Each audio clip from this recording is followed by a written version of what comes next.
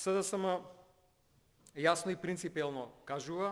дека решенијата за реформа во правосудството се спремни и на маса. Работени се заедно со представници на Европската Унија, преточени во реформската агенда и планот за раст,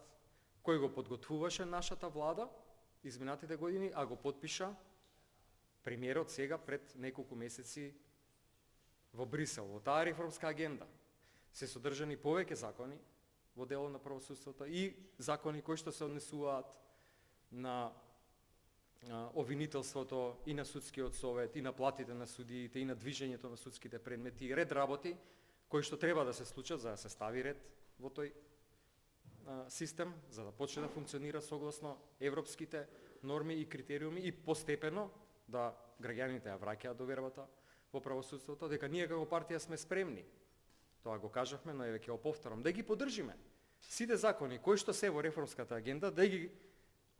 изгласаме заедно, поради тоа што сметам дека мора да постои национален консензус, ама не само на зборови, туку со дела да покажеме